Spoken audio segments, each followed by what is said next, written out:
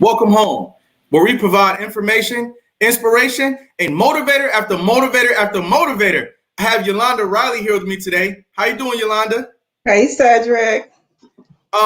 Listen, ladies and gentlemen, you got to tell me when my face is looking too bright on the screen. I'm going to go ahead and turn it down for you guys. Do this courtesy because I can't see myself, and people don't want to let me know when I'm on here looking like a light bulb, all right? Got to do better.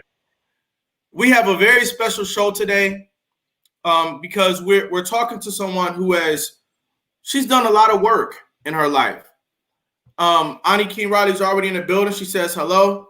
But I would like everybody out there to text somebody, tag somebody, like and subscribe to this video for this conversation from someone who is actually a true intellectual. Now, Yolanda Riley, where are you from? I'm from Cleveland, Ohio. Cleveland, Ohio. Yes, yeah. Cleveland. What does that mean to you? Snow, traffic. I grew up in Cleveland, so Cleveland is home. Okay. But definitely a lot of snow. All right. A lot of snow, huh? More snow than the southern areas. Jason Swanson's here as well. He says, good morning, brothers and sisters. Well, we live kind of like on the snow belt, so on any given snowfall, you might find it hard to get out the front door. Mm-hmm. So we get pretty big snow drifts, and it's pretty hard to drive in, and it's just a very snowy city. What are some of your memories of the snow when you were young in Cleveland? Probably most memorable is, unlike the kids today, we had to actually walk to school in the snow. I don't remember any sidewalks ever being shoveled like now.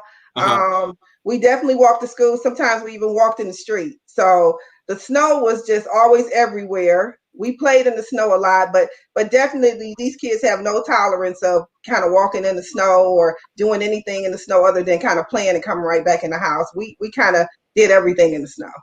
Sure. Now, did you also shovel snow? Did you ever help out with that? No, I didn't shovel snow. I played in the snow and I walked in the snow, but no, that was, I'm not telling my age, but back then, like your brothers or your uncles, they shoveled the snow and they actually made money shoveling the snow. They went door to door doing it, but I didn't do that.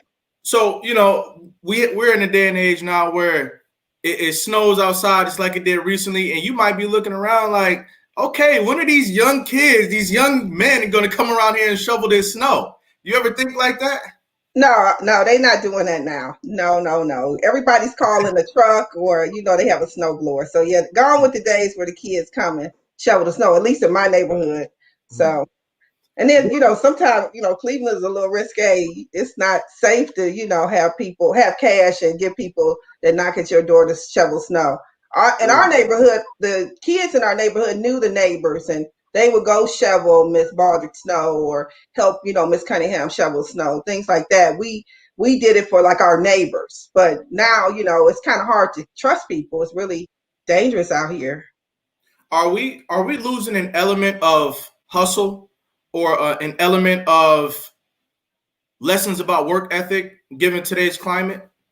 Well, we might be losing the hustle of shoveling snow, but there's other ways to teach your kids how to hustle. So I don't think that, we should be doing the same thing we did in the 70s because it's 2020. So, maybe they're not shoveling snow. Maybe it's something else they can do for you, teach you how to use your phone, the iPhone. I mean, my mom has an iPhone and she still struggles with it. But, if you know a neighbor or a neighbor kid that can help you out with technology, things like that, they might not be shoveling snow like they used to. So, it's just the next level of things. I think that's a great point. Like we can all adapt and still achieve certain things such as a hustling mentality. And when I say hustle, I don't mean anything that's makeshift or unsavory. I mean a mentality of finding a way to build wealth for yourself, finding a way to build assets for yourself, and doing that relentlessly. And I think you make a great point when you say, hey, Cedric, gone are the days where people are going to grab a few shovels and go out there and hustle, because now you have your phone, it's the internet age. There's numerous other ways for people to make money. Do you have any ideas that we could pass down to young people or adults who are looking for some 2020 hustles? I don't know. Like for my daughter, like I make her save if she find pennies and quarters and save all her change. I think that's important to get kids into saving. I have her save all her change, and my dad used to always give her banks of change. And Mhm. when she was 4, I had her dump all her change, and even though she couldn't count, I had her count out her change, and she purchased her ticket to go to Disney. So I think what we have to do is, teach our kids that, maybe you have to earn things. So it may not be by shoveling snow. It may be every time you see pennies or you get change, save your change. Maybe you are doing things around the house, to help your parents. There's several ways. It's so much the kids can do other than, using their computers all the time, sitting on the computers, using their phones all the time. You just got to kind of disconnect from some of that sometimes and just get back to some of the basics. For sure.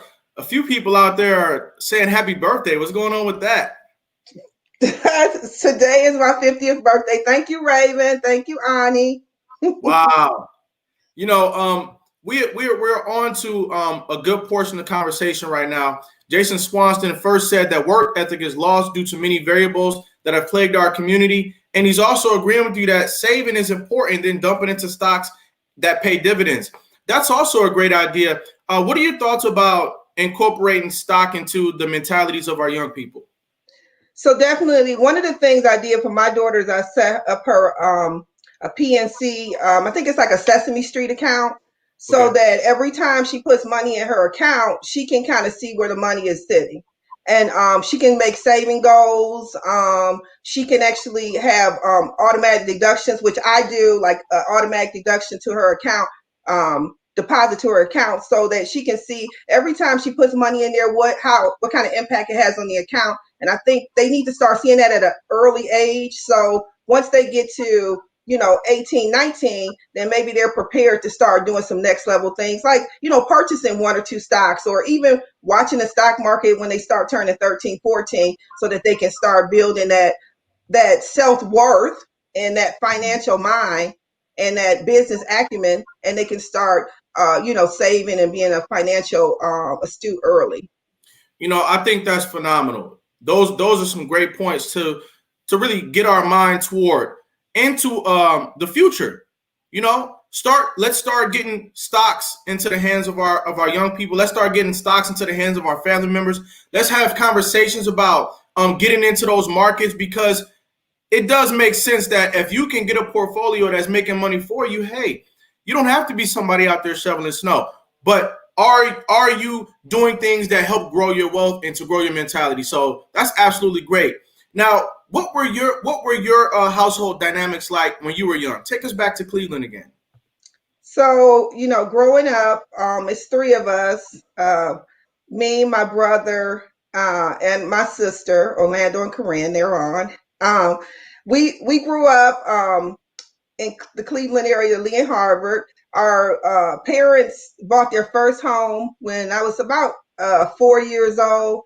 And so we were happy. We had our own rooms, and we had mom and dad there. And then when our parents decided to separate, my mom brought my grandmother and my grandmother two kids, which were one was an adult and one was our age. So she had a younger child. So when you bring a grandparent into the house that has 7 or 8 kids, it's always a lot of traffic. So our house was always filled with my grandmother's kids, the grandkids, and my grandmother babysit. So we always had a house full of people in and out.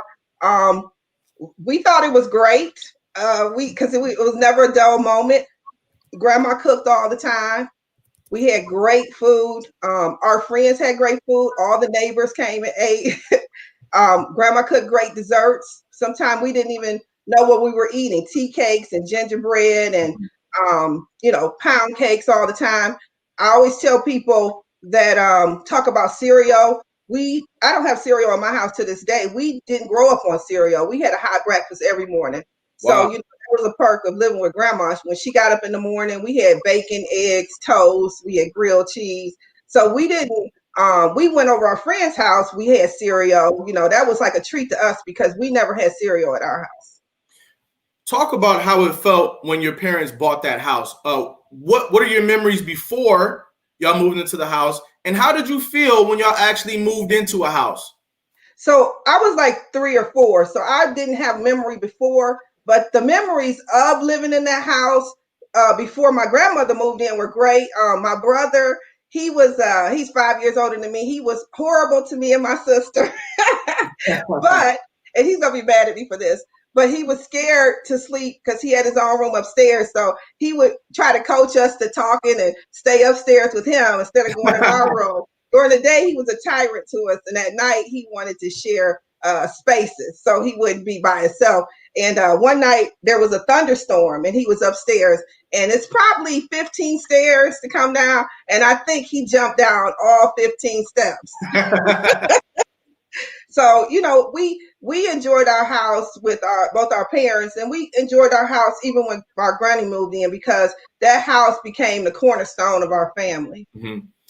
Talk about the relationship that you were able to build with your grandmother, having her there in the house, and how it made you feel to have that level of experience right there in the house with you. How did it feel? So, you don't know it until you get older. I mean, growing up, we probably thought, grandma is mean, but she can cook, and she take his place. Grandma, grandma was, how grandmothers are. They kind of get you in place. So, growing up, I think I had probably a different temperament toward my grandmother. But as I got older and, start to see the world and start to listen to or remember some of the things she used to say, it's like, oh, I get it now, grandma. I really get it. So it was valuable. It was invaluable to have my grandmother there in the house. Like I said, my mother worked a lot. So that's why she moved in with us. My mother worked in Lorraine, which is like 45 minutes to an hour away from home. So my grandmother was there primarily with us, taking care of us, making sure we ate. She took us to school. She went to school functions. So, just looking back at your caregiver, it's invaluable that you had your grandmother as a part of your life, but living with you was great. Talk about the value of family. I think that sometimes we focus on a lot of different things, especially in a day like today. But when I talk to you and I'm sitting and I'm listening, I'm reminded of the beautiful memories and the beautiful structures that is family. What is the value of family to you, and what are your thoughts about it? So, that's one of the biggest things that I think everybody in our family that's close got from our grandmother. She she actually created this crazy bond that, we're almost like a gang. We might fuss and argue. We never fight. She didn't play that. We couldn't fight. But at the end of the day, if it's a holiday, a birthday, a special event, we're gonna come together because our grandmother expected that of us, and we still do that today. So family is important, and she never turned a person away. My grandmother cooked, like I said, the whole neighborhood would come and eat. My mother and grandmother have always cooked like a caterer. They cook for at least 40 to 50 people every Sunday would come over our house and eat, and that would be friends and family. So, and that happened up until my grandmother passed a few years ago. That you could go in that corner on Sunday and get a good Sunday dinner, and nobody would question whether you were a friend or family, and it was always something to take away. And that's just been one of our family traits. A lot of families, they do fight. Um, when you say that you all did not allow fighting, what was it that was different for you all growing up? What were the conversations like, and the rules and stuff like that prevented you all from getting out there and fighting? How did y'all prevent that? We didn't see it. So growing up, we didn't see it from our parents. So that's important because I think, generational traits come from what you see your past generations, or your parents do and their parents. So we definitely didn't see that with our parents, or our aunts, uncles. But my grandmother, she never sweated. If you get into it or you mad at somebody, something about that, tomorrow's a new day. You get over that. Keep it moving. And the thing is, people know, what ticks people off. You know what bothers people. Stay in your lane. And so I think as a family, we do a good job at staying in our lane. If I'm mad at you, I'm not going to be confrontational. You know what I mean? I'm going to stay away from you. And then, you might come over and say something silly and pass me a glass of wine, and we all cool again.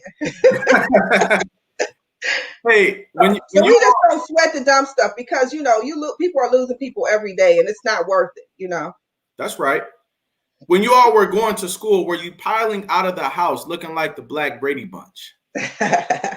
Well, when we left the house, yeah, we, every morning, that ritual, everybody's getting up. We had one bathroom. Mm-hmm. So about, say, 3 kids had to get ready. Well, when my brother was home, it would be 4 of us getting ready to go to school. And then my aunt would be getting ready to go to work. My mother would be getting ready to go to work. So we all got this one bathroom to go to. So you waiting outside the door, you knocking on the door. And this may be a little embarrassing for our family, but maybe somebody in the shower and somebody brushing their teeth or on the toilet. You're like, okay, you got to improvise. That was back in the day. Would you say that by so many of you living in that house and making a life for yourself out of that house, that you all were building character, y'all were working together, y'all were learning from one another? People are in different phases of life. So by the time you grow up and leave the house, you pretty much know how to function out there in the world. Would you say that? Absolutely. Our aunt was older. She's about 10 years older than me. So she had a great job. She traveled. She would take my sister and I to work with her at her business office. She had her own office. So it was like, wow, we want to be like you. She wore business suits. And when I graduated high school and I started doing interviews, going on job interviews and stuff before I went to college, I would go stay at her house for the weekend and wear her business suits to like job interviews and stuff. So my aunt, she was very instrumental. She took us around people we probably would have never met in the business world. We never would have been able to engage like that because my mother worked for the steel mill. So we didn't get that from her. So, you get that from different people. And we definitely, found that invaluable from, the perspective of family and living in a house with a whole bunch of different people. And my brother went off to the military. So, we got that Uncle Sam piece there. When he came back, we were very proud. And he came back, with more money than he left with. He bought gifts. So it was just a sense of pride. And, so we got different levels of family feedback or experience. Sure. Talk about the value of the auntie. A lot of times we think about what our mother does or what our grandmother does. I don't know if we spend enough time giving respect and appreciation to the auntie. Can you talk a little bit about the role that aunties played in your life? So for us, my grandmother had 6 girls. So we had lots of aunties and they all played different roles. One of my aunties was the cool auntie. I would spend the night over her house on the weekends and, you can stay up late and, she always had good food, not, like the standard home cooked meals your grandma might make. She probably would do more takeout and she was more willing to buy you things that your parents probably wouldn't get. We had another aunt who she was more eccentric. She liked to cook and make like pork and beans and franks, but she would put them on toothpicks and stuff. So, and she would do it by candlelight. So, we did like little crazy stuff with her. And then, like I said, one aunt was the businesswoman and she also played like softball and things of that nature. So we got to go to different games and stuff with her. And then, we had the older aunts who you probably just really interacted with when you had to, because she was going to keep you in place. You couldn't say something wrong, you couldn't pop off. So we had all kind of levels of aunts in our family, and we all till this day we still are very close with all our aunts. Mm-hmm.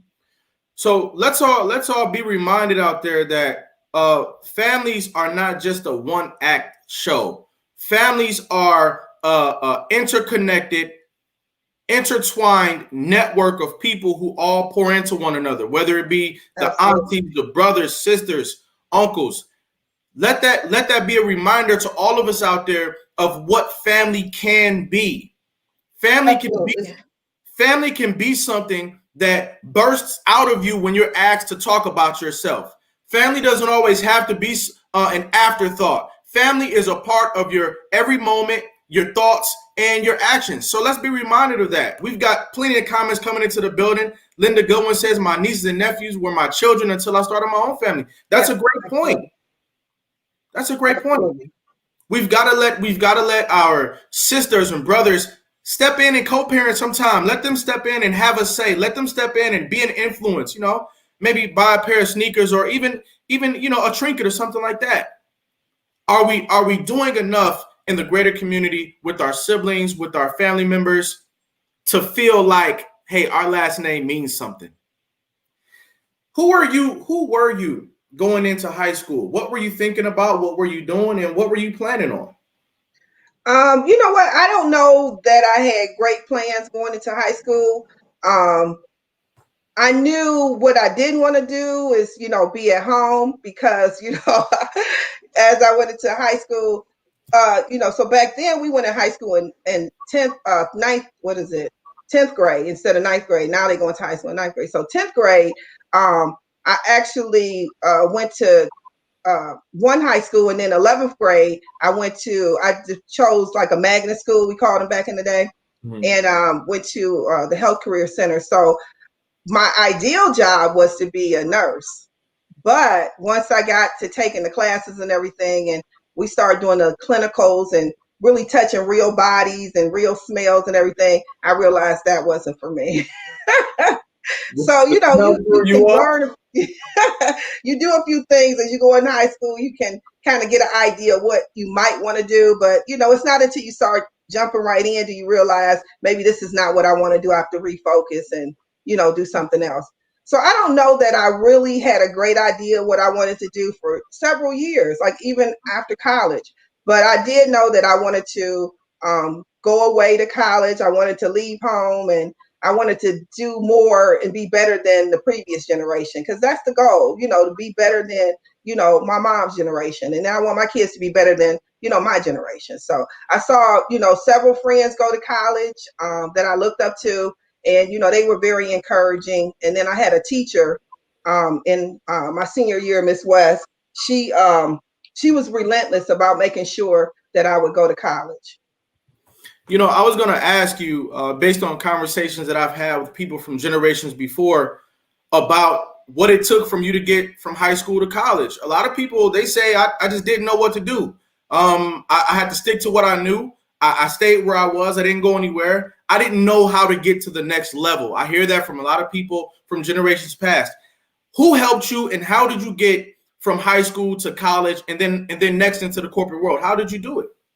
So from high school, like I said, my teacher, Miss West, there were resources at the school that would help us with our application, completing the application. And we actually had a person from the Cleveland Scholarship Foundation, which was great when I was in school. They actually gave us money each quarter when we went off to school as well. But, Miss West had me meet with the representative from the Cleveland Scholarship Foundation, and she helped me with the applications, and she made us apply to 3 schools. So we had to apply to 2 schools that were just the schools we wanted to go to, and then one selective school. Now, selective school, I didn't have the grades for a selective school anyway, but she made us do it.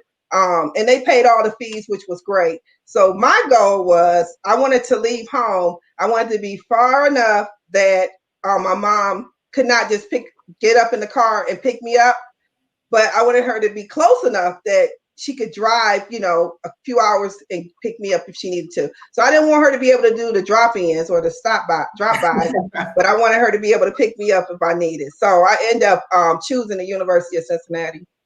Did you have the type of mom who would pull up on you, as they say? She would if she was in the city. Yeah, she would. She knew all our friends. They, when my mother was kind of the mean mother. She didn't play. Like when I was younger, she went on a field trip, and the kids were on the bus too loud, and she stood up and just let them have it. And they were quiet the rest of the bus ride. So you kind of knew if my mother went somewhere, like, okay, so even like when my brother graduated high school, he decided, she gave him a party. He decided to leave the party and go to a club. She went to the club. Wow. And she had the DJ got on the mic, like, y'all better tell Mr. Riley he got to get out of here. So, you didn't want your mother to pop up at college. Hold up. So you telling me that your mother would go to the party and find out if you were at the party and tell the DJ to tell you to get out the party? My brother left his graduation party early, and she went and found him. Wow. Wow. Oh, boy.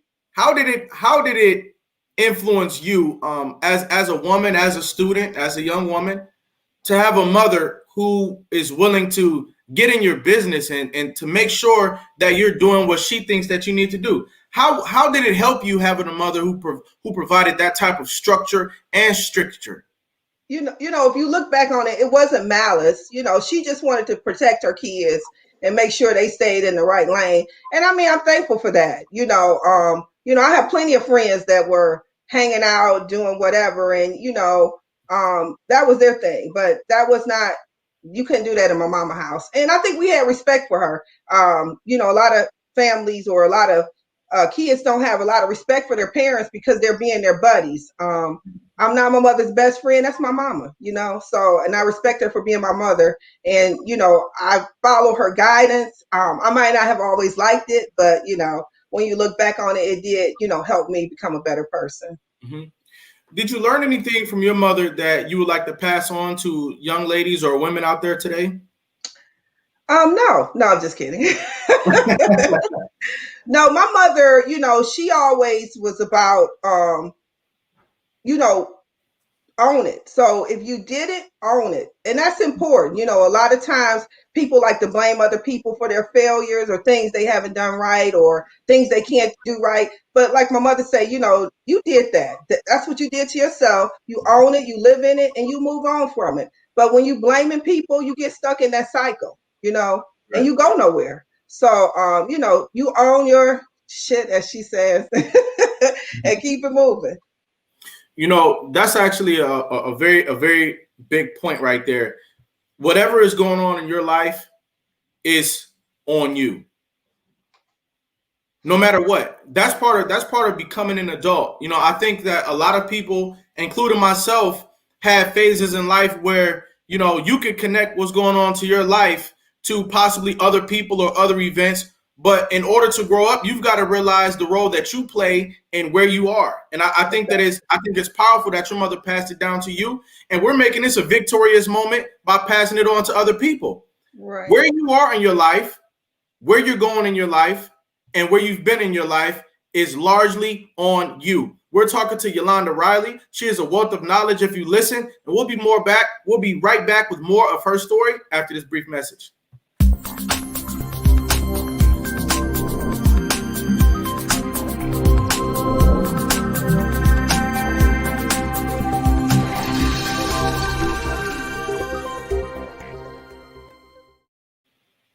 America's Next Motivator, Monday, Wednesday, and Friday at 5 p.m. Eastern, Tuesday and Thursday at 10 a.m. Eastern. America's Next Motivator, hosted by me, Cedric Riley, and sponsored by the Pride Empowerment Network.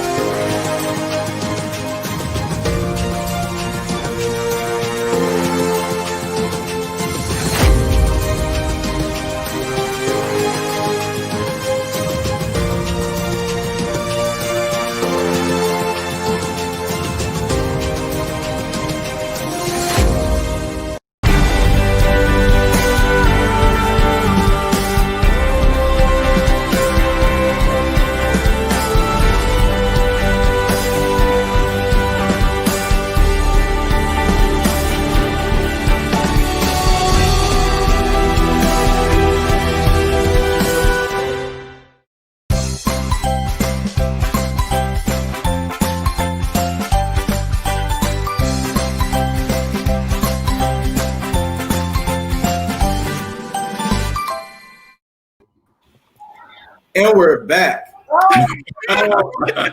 Yeah, the stories. the infamous Tremaine. I've even got you. The very people that you were talking about this morning, your sister Corinne and your brother Orlando, they wanted to be a part of this episode this morning, and we're going to give them the floor. Corinne, can you go first?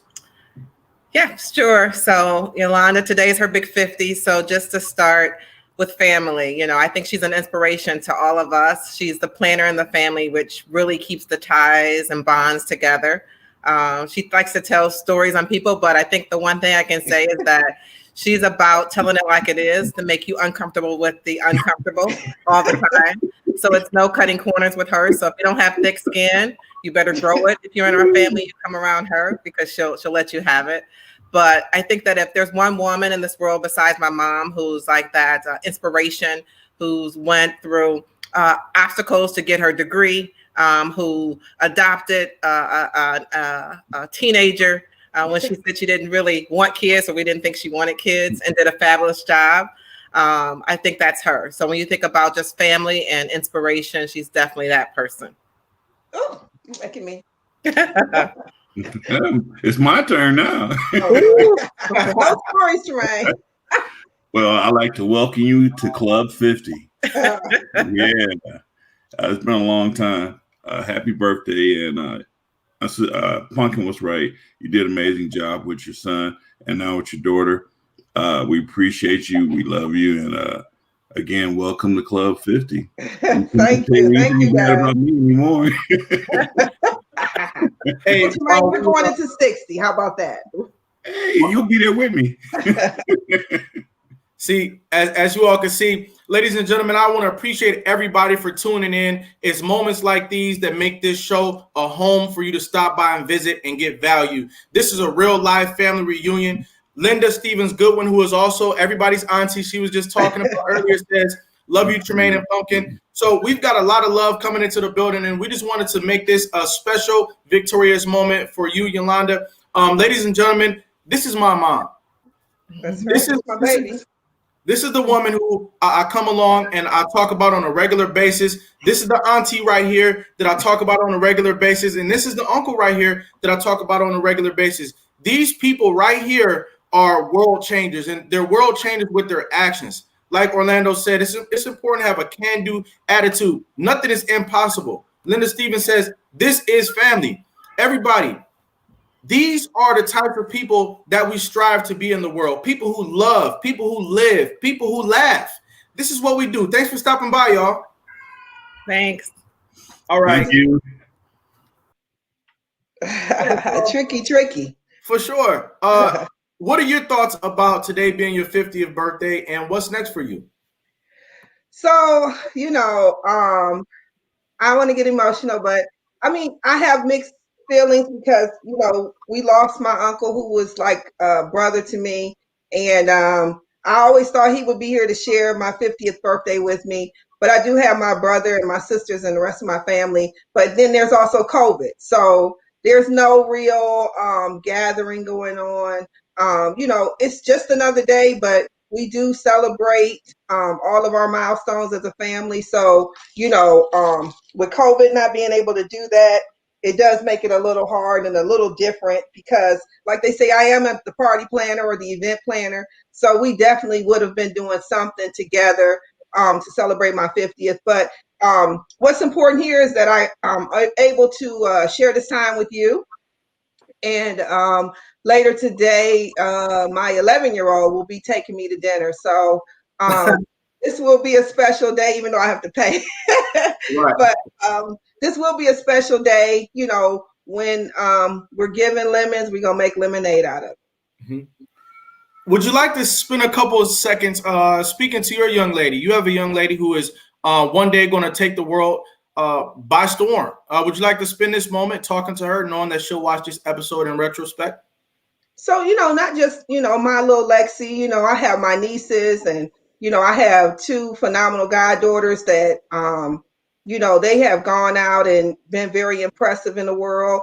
And so just what I've always told to them, I'm always like, go get it. And, when they come back and say, this is what I see, this is what I see, I'm always there to give them that advice. So I want to, for the younger kids, because I feel like, my two goddaughters, Jennifer and Sierra, they did listen.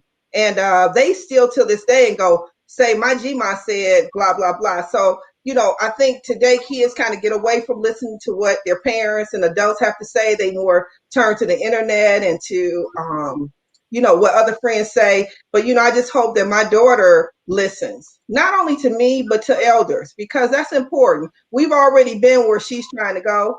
So what's important is to listen, learn, and then, get out there and do. Don't be afraid to make a mistake because, I tell my daughter every day when she come home sad or upset about something, guess what? When you wake up tomorrow, it's a new day. You can start all over again. So that's what I definitely push into little Alexis, that, what, if it happened today and it's not going your way, tomorrow's a whole new day. Get up and start over again. But what's going to be important for this generation is to listen and, learn from their elders. Speaking of learning from your elders, can you talk about the process for you of picking up the mantle, planning family reunions, planning family events, and just stepping up, being the person in the next generation who steps up? What's that about? Well, my grandmother always had us over, so we always did things together. But I think, like once I went off to college and met people and started engaging in the corporate world and going to conferences and seeing what other people are doing, I just wanted to take what we already was doing to the next level.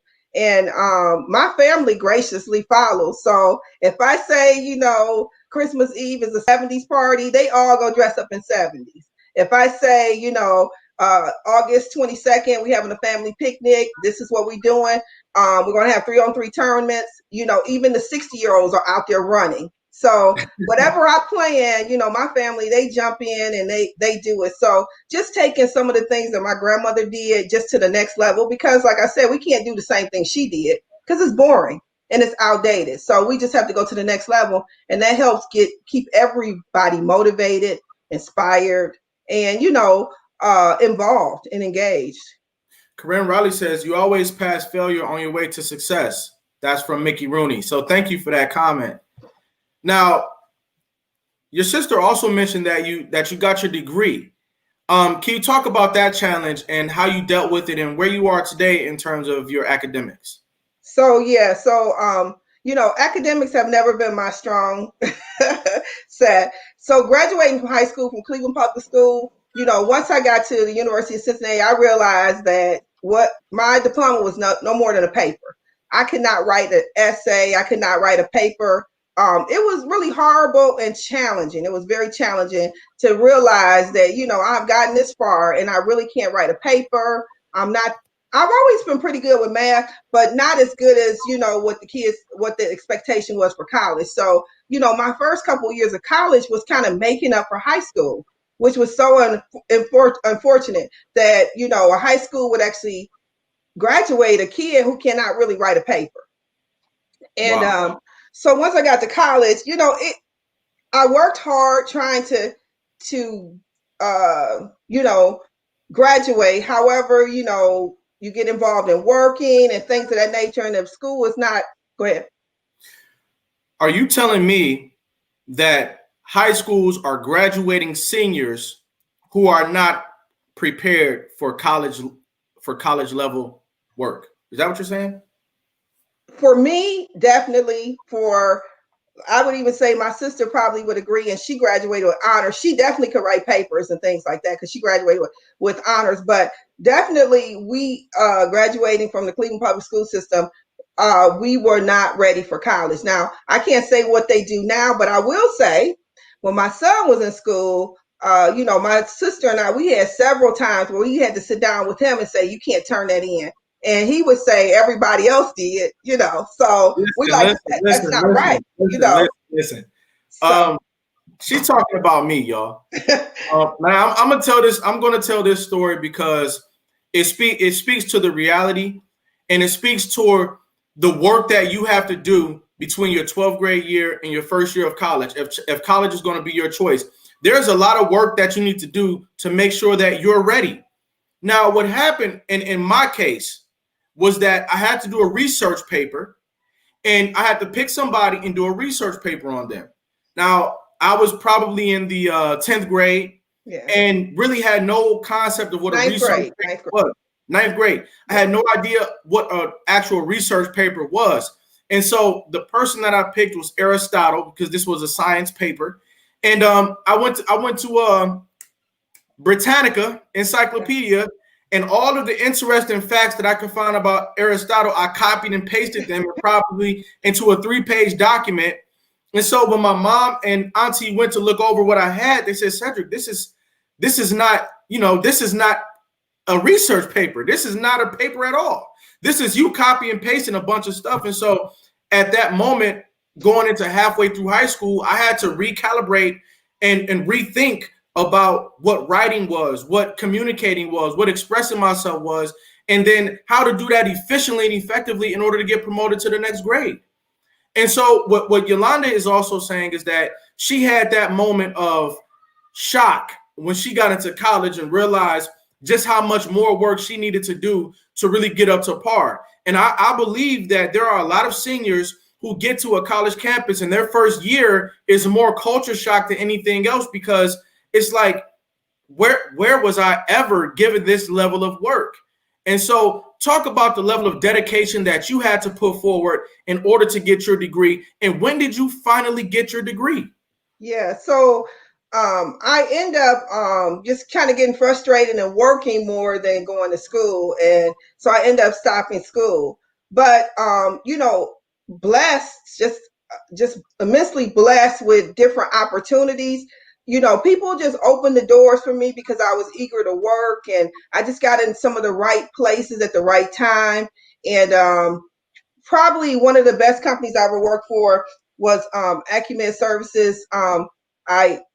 I worked for them, and I was hired as just a telephone software operator, and it was like the entry-level position. However, they realized that I didn't have any kids, so they offered me a traveling job, and I mean that opened me up to the world. And I would sit in my hotel room at night and just read, and try to learn as much as I could so that I can advance myself within the company. And I started there as a software trainer and was able to work there 8 years and eventually became like director of their financial services. But I was able to travel to 46 states and work all over, working with different long-term care facilities. So they gave me great opportunities, and I still didn't have a degree. So, they gave me great opportunities. I was recruited to work with another big company. They gave me great opportunities. And, at some point I'm like, it's time for me to go back and get my degree, because I was getting the work, but not the money. So, wow. You're getting good money, but you can make more, and you can do more for yourself. And most importantly, I want my kids to see that, when I preach to them education is important, that I actually believe it too. So it actually took me, and I guess it's kind of embarrassing to say, but I don't know. It took me 29 years to get my bachelor's degree. So finally got my bachelor's degree in 2017. And now I'm actually halfway done with my master's program, and I should graduate with the master's in project management. Ladies and gentlemen, let's get some hearts and likes in the building for this moment right here. This is the moment where Yolanda Riley connects to thousands and thousands of people across the country. So many people get stuck in that phase where after the culture shock of college, you say, my life is at a standstill. There are people who lose their life in that gap. There are people who never make it back to a level of achievement that they once wanted. You made it. I want you to spend a couple moments and talk to the people who are in that gap right now. There's people in that gap right now. Their degree is not finished. They want to finish it. They want to do new things in their life, but they're right there in the gap that you made it across. take a couple seconds and talk to them. Well, just the people who feel like, you did it, but that's something you did because, blah, it's always excuses. I just say put away the excuses. I stayed up late at night. I definitely worked. I still travel. I have a, 11-year-old that I had to tend to. And, I just stayed up at night. You have to do what you got to do to get things done and stop making excuses. So if, you want to go back to school right now, you have even the best opportunities. I don't know that it would have been so easy for me to finish my bachelor's program, because when I first started my bachelor's program, I actually went to school. So I went downtown to Cleveland State a couple nights a week. And even on say for instance, one of my jobs on a Wednesday night, I had to be in Indianapolis on Thursday. I would leave class at 8 o'clock at night and drive to Indianapolis 6 hours away to be at work the next morning. So you have to have some level of dedication and commitment to yourself. And, 2021 is coming up, make it the year for yourself. Do it for yourself if you don't do it for anybody, but you just have to commit to doing it and not make any excuses. How do you think your father would speak about you right now if he could? So, my father passed away, of course, Papa. But, he was always proud of us. He always thought me and my sister and brother was the best kids in the world. So he was always proud of us. And, he would be like, yeah, I knew you could do it. We always had to take him along for the ride because he was born in the South. And during, all the civil rights time. So everything we did was like amazing to him. Even the first day of school for you at Ohio State, he just stood in the middle of the campus like, I can't believe I'm here. So he would be very proud. What's next for you? So I don't know. We just want to get out of the coronavirus. No, but really I'm working on my master's degree, and that will be finished. And once that's finished, I will want to do more independent consulting. Right now work in healthcare consulting, financial healthcare consulting. So I do want to do more independent work, and just, expand on that. That's the goal for that. But, I have, kids and grandkids, just more family events and things like that. Just can't wait to get out of this pandemic. Mm-hmm.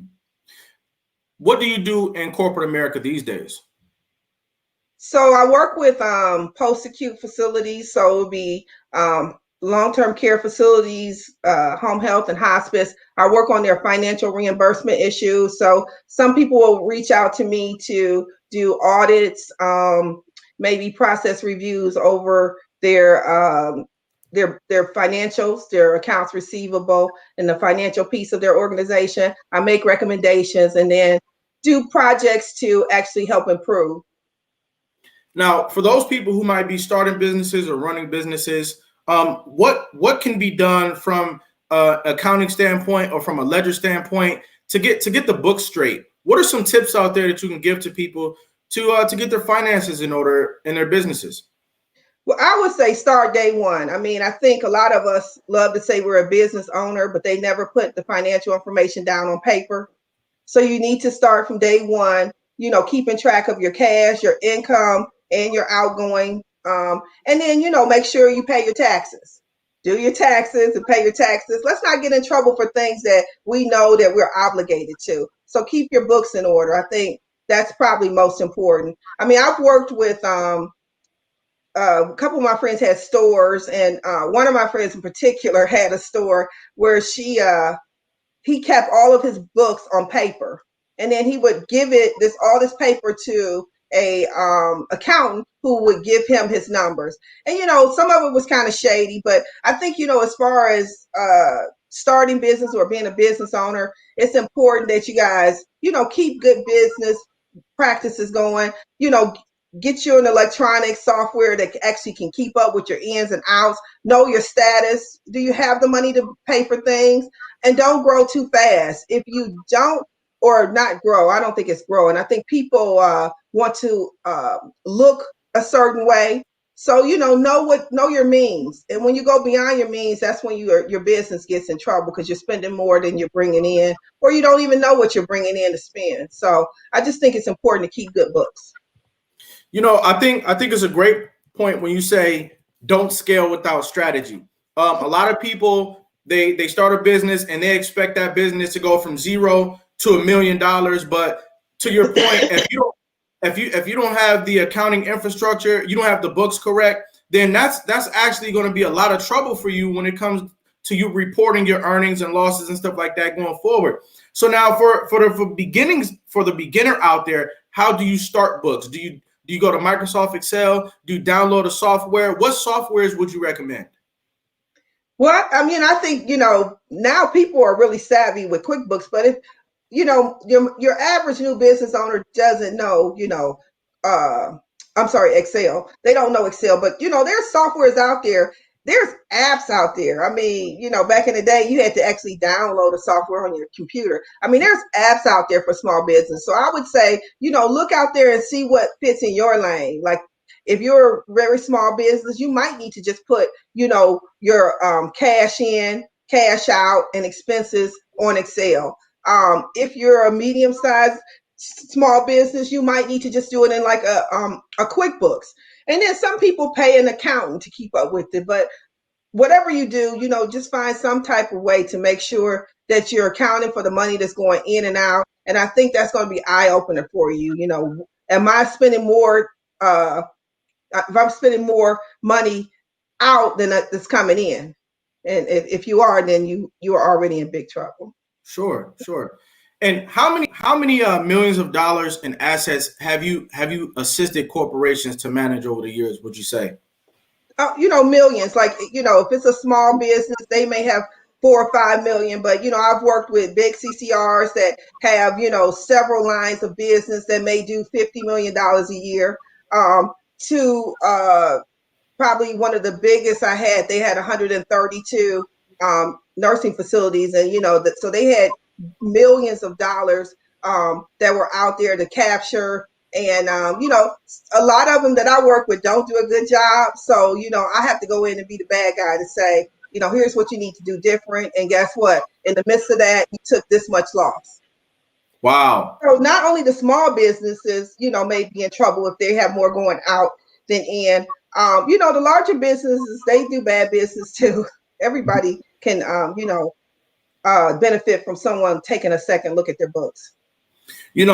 This is big to me. You represent women in power. You represent women in finance. You represent women in general. You represent humanity when you say that you overcome the adversities that you overcame to now assist corporations and managing a multitude of millions of dollars in assets today. And you do it with ease and you do it with grace. I think that's phenomenal. You are an encouragement to people who are watching the show now and in the future. I got a few questions for you as we round third base here. And the first, what is survival to you?